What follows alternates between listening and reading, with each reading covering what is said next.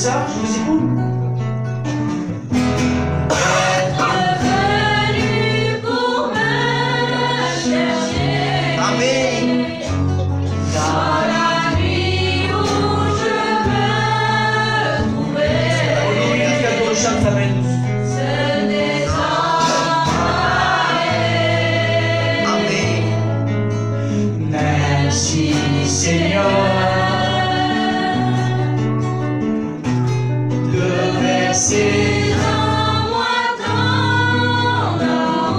Chantez ça.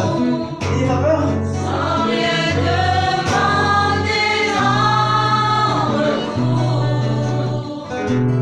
sans me condamner.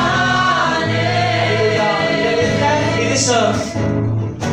Jésus a transformé ma vie, il en a fait une harmonie. Je ne suis plus seul ici-bas, car tu es là. Jésus, tu me remplis de bonheur et ta joie inonde mon cœur, car tu m'as libéré, pardonné. Alléluia. Gloire à Dieu. Que Dieu bénisse son serviteur. Amen. Amen. Gloire à Dieu. Voilà, merci Seigneur. Bonjour tout le monde. Je suis gâté en ce moment avec le frère Abraham. Merci Seigneur. J'ai prêché vendredi, et puis depuis que je suis là, il y a ce bon partage de la parole de Dieu. Merci au Seigneur. Et puis, vous savez, ce matin, je vous dis, nous ne sommes pas venus écouter un homme, parce que moi, je n'ai rien à vous apporter. Quelqu'un dira, pas ici, mais encore lui. Mais j'ai rien à vous apporter. C'est la parole de Dieu, qu'elle soit prêchée par un étudiant, un candidat, un serviteur de Dieu ou un ancien. Ça reste la Bible, ça reste la parole de Dieu. On se nourrit de la parole de Dieu. Amen. Amen. Merci Seigneur. Voilà, vendredi, je vous ai prêché sur le soutien de Dieu. Amen. On a été bénis ensemble de savoir que Dieu nous soutient. Ce matin, j'aimerais avec vous voir un passage de la parole de Dieu. Voilà, je voudrais vous prêcher ce matin, dépendre de Dieu. Amen. Puisqu'un chrétien, une chrétienne, un serviteur de Dieu, il dépend de Dieu. Amen. Voilà Dieu. Merci au Seigneur. Une petite histoire, voilà, que j'ai appris, c'était deux serviteurs de Dieu qui allaient un matin au culte. Et le témoignage nous dit, lorsqu'ils sont arrivés à un endroit, ils ont vu un petit agneau qui était là, qui était sorti de son pré. Il avait un petit peu traversé les bornes. Et le témoignage nous dit que d'un côté de la route, il y avait des brebis, et de l'autre côté, il y avait aussi des brebis. Le témoignage nous dit. Et le témoignage nous dit que les serviteurs de Dieu, voyant que ce petit agneau allait se faire écraser sur le bord de la route, ils n'ont pas voulu le laisser, se sont arrêtés. Mais où le mettre? Dans quel pâturage le mettre? Si on le met de ce côté-là, peut-être que cet agneau-là appartient à l'autre. Et si je le mets là-bas, alors il y avait une ferme qui n'était pas loin. Et le témoignage nous dit qu'ils ont été voir le monsieur, ils ont dit, monsieur, on s'excuse de nous avoir dérangé, on a trouvé ce petit agneau au bord de la route, et puis on voudrait savoir à qui il appartient. Et le berger, le fermier qui était là, il a dit, monsieur, faites-moi voir l'agneau. Et lorsqu'il a regardé simplement l'agneau, il a dit, non, cet agneau-là n'est pas à moi. Alors le serviteur de Dieu, assez curieux, ils ont voulu savoir, ils ont dit, monsieur, dites-moi, comment avez-vous fait pour savoir que cet agneau-là, il n'est pas à vous? Il a dit, voyez-vous, monsieur, il a dit, d'un côté de ce pré-là, tous les brebis sont marqués d'une peinture rouge sur les reins.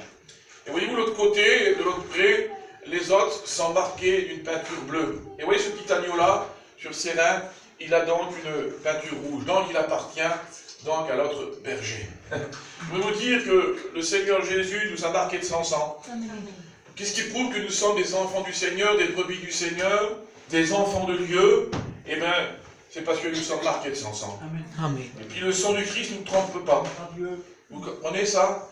Le sang du Christ est dans nos vies, dans nos cœurs, nous a purifiés de son sang. Et lorsque le berger sait à qui nous appartenons, et nous devons savoir à qui nous appartenons. Amen. Nous appartenons au divin berger. Gloire à Dieu. Alors ce matin, si vous voulez, sans plus tarder, on lit un texte avec vous, dans la parole du Seigneur, que vous connaissez, que je connais, qu'on l'a lu peut-être des centaines de fois. Quand je vois ce psaume, c'est le psaume 23. Mais le psaume 23, c'est le psaume de l'abondance. Alors je le lis, ensuite on va le commenter ensemble. C'est David, il va dire ces mots. Cantique de David. David en a fait un cantique. Et puis aussi des grands hommes de Dieu, comme Christian Moya, tous ces hommes-là en ont fait des cantiques. Hein. Alors il disait David, « L'Éternel est mon berger, je ne manquerai de rien. » Le psaume 23, verset 1er. « L'Éternel est mon berger, je ne manquerai de rien. Il me fait reposer dans des verts pâturages. Il me dirige près des eaux paisibles. Il restaure mon âme. Il me conduit dans les sentiers de la justice à cause de son nom. Quand je marche dans la vallée de l'ombre de la mort, je ne crains aucun mal, car tu es avec moi. Ta houlette et ton bâton me rassurent. Tu dresses devant moi une table en face de mes adversaires. Tu oins d'huile ma tête et ma coupe déborde. Oui, le bonheur et la grâce m'accompagneront tous les jours de ma vie, et j'habiterai dans la maison de l'Éternel jusqu'à la fin de mes jours. Amen. Amen. On peut prier le Seigneur si vous voulez quelques instants. Je vais demander à notre frère qui le fait. C'est David qui a écrit ce psaume 23, il en a fait un chant. Mais savez-vous que le psaume 23 de David n'a pas été toujours une réalité dans sa vie, puisqu'il est parlé ici du psaume, c'est le psaume de l'abondance de Dieu. Hein? Mais aussi, c'est le psaume de, nous devons dépendre de Dieu. Et je crois qu'un chrétien, un serviteur de Dieu, il dépend de Dieu, comme un petit enfant dépend de ses parents. Hein? Petit bébé, il a besoin de sa maman pour l'allaiter, il a besoin de son père, il a besoin de ses frères. De même, en tant qu'enfant de Dieu, nous dépendons de Dieu. Vous comprenez ça? C'est tellement important. Dépendre de Dieu. Et puis, lorsqu'on parle de dépendre de Dieu, il faut aussi s'arrêter, réfléchir. Il y a aussi ce qui rentre en ligne de compte, c'est aussi lui faire confiance. Et David, quand je vous disais que ce psaume 23 n'a pas été une réalité dans sa vie, à certains moments, il a pu l'appliquer à sa vie.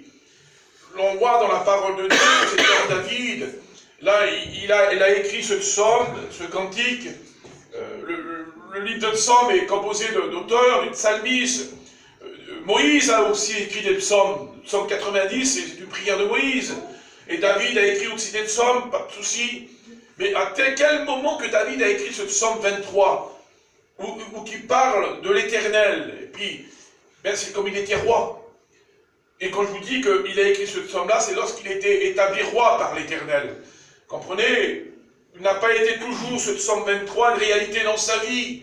Et lorsqu'on lit l'histoire de David, on s'aperçoit que David a passé des moments durs, difficiles de sa vie, lorsqu'il est poursuivi par Saül, et qui se cache dans des cavernes, dans des bois. Là, il manque de tout, il est démuni, David, vous comprenez, avant qu'il soit roi. Vous comprenez qu'il a froid, qu'il a faim, et qu'il fuit, il a peur de Saül. Alors que lorsqu'on lit le psaume 23, c'est le psaume de l'abondance. Il dépend totalement de Dieu, vous comprenez? Et il a écrit ce psaume lorsqu'il est roi, lorsqu'il est dans le palais, lorsqu'il est établi, lorsqu'il est posé, lorsqu'il est le gouverneur, lorsqu'il est, je pourrais dire, le roi, le président, si vous aimez mieux. Et là, à ce moment-là, il rentre en lui-même, David. Et puis, il reconnaît qu'au-dessus de lui, parce qu'il faut savoir aussi s'humilier, s'abaisser. Il écrit ce psaume lorsqu'il est roi, hein, et puis il reconnaît que malgré qu'il est le roi, hein, un roi c'est pas rien, c'est comme un président ici de la République, hein, pas de souci, il est à un rang élevé, mais il reconnaît qu'au-dessus de lui, il y a quelqu'un qui est le roi des rois. Et puis il reconnaît qu'au-dessus de lui, il va dire l'Éternel, celui qui n'a ni commencement ni fin. Il reconnaît que son Créateur, celui qui l'a fondé, celui qui l'a amené jusqu'au trône, celui qui l'a amené pour diriger Israël, il reconnaît qu'au-dessus de lui, il y a quelqu'un qu'on appelle l'Éternel, celui qui gouverne, celui qui a tout pouvoir dans ses mains, et qui est éternel, qui n'a ni commencement ni fin, et qui vit de toute éternité. Il reconnaît qu'au-dessus de lui, il y a ce personnage qu'on appelle le Dieu notre Père, Jésus et le Saint-Esprit. Et en rentrant avant lui-même, il reconnaît ça, il a juste à se mettre, à s'humilier. Il est bon des fois de s'humilier. Amen. De reconnaître qu'il y a au-dessus de nous quelqu'un qui est grand, quelqu'un qui veut notre bien. Et puis, si vous faites attention, dans le livre, dans le psaume 23, il ressort ces trois thèmes. C'est il me fait reposer, il me dirige, il me conduit. C'est ce qu'il y a dans ce psaume. Et si vous regardez bien toutes les fois où il est marqué, il me fait reposer, il me conduit, il me dirige. Il ne dépend plus de lui-même, David. Il dépend de Dieu. D'abord, il dit, il me fait reposer dans des verts pâturages.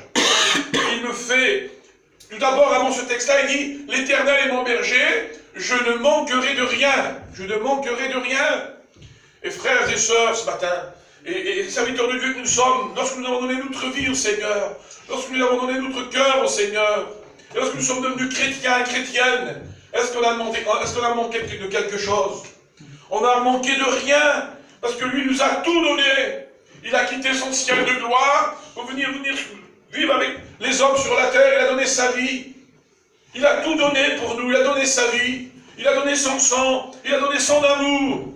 Et c'est pour ça que David pouvait expérimenter en disant, je ne manquerai de rien. Oui. Voyez-vous, lorsque je n'étais pas chrétien, je faisais 80 kilos. Aujourd'hui, j'en fais presque 110. Vous comprenez ça? Pour dire que Dieu n'abandonne pas ses enfants. Dieu ne laisse pas ses enfants. Amen. Vous avez vu, on a sûrement vu des personnes, ils ont dit, des rétrogrades, on va dire, ou alors des personnes qui ont abandonné Dieu.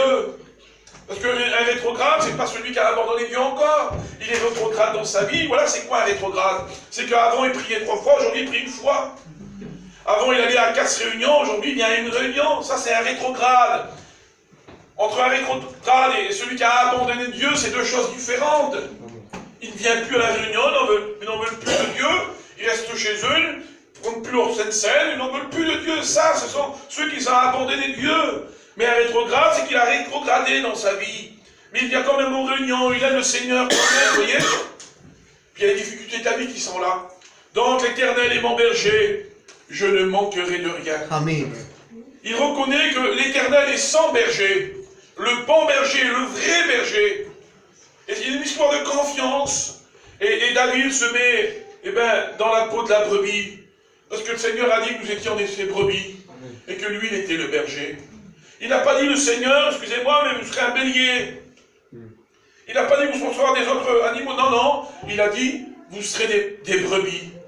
Ça se comprend, le mot brebis. Une brebis, elle donne le meilleur d'elle-même. Vous comprenez ça?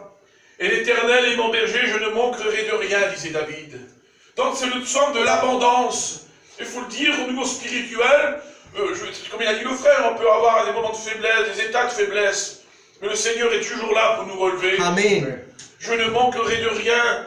Et nous sommes comblés dans les choses de Dieu. Nous sommes nourris dans les choses de Dieu. Nous sommes rassasiés dans les choses de Dieu. Lorsqu'on est mis de notre personnalité, on manque de rien, mes frères. Avant, lorsqu'on n'était pas chrétien, il fallait toujours aller sédentaire. Pour faire, lorsqu'un petit enfant naissait, c'était vers les sédentaires qu'il fallait y aller. Pour le faire baptiser. Il y avait un enterrement, c'était le curé du village qui le faisait. Aujourd'hui, nous sommes chrétiens, on ne baptise plus les enfants, hein. Mais on les présente devant Dieu. Ils sont malades, on appelle les serviteurs de Dieu, on prie pour eux. Il y a quelqu'un qui part, les serviteurs de Dieu font l'enterrement. Vous comprenez? On manque de rien parmi nous du peuple maintenant. Et c'est rien que pour cela, nous devons glorifier le Seigneur. Amen. Nous devons dire, Seigneur Jésus-Christ, vers qui en nous, tu as les paroles de la vie éternelle. Vous n'êtes pas bien avec le Seigneur? Amen. Il y en a qui croient qu'ils ont des soucis, des problèmes, des difficultés. Depuis venir aux réunions, le problème va être résolu. Ben non. C'est pas comme ça. On empire le problème. C'est vrai. C'est vrai. On empire les difficultés. Mais si on reste dans le Seigneur avec les soucis, les problèmes, les difficultés. Vendredi, il nous a dit qu'on était en guerre. Et la guerre se manifeste avec le Christ Jésus. Lorsque nous combattons contre l'ennemi qui est le diable et tous ses démons, et lorsqu'on est là, on est fatigué, découragé, bien souvent, ça arrive. Et bien le Seigneur Jésus prend le flambeau. C'est vrai. Vous comprenez? Le Seigneur Jésus, lui, ne laissera pas jamais combattre jusqu'au sang. Lorsqu'il voit qu'on est fatigué, chargé, il te dit, mon fils, mets-toi là, laisse-moi prendre le combat. Et lorsque le Seigneur t'aide à combattre, nous sommes toujours des victorieux. Alléluia. Donc je ne manquerai de rien. Vous n'êtes pas satisfait avec le Seigneur? Moi, ma vie est satisfaite avec le Seigneur.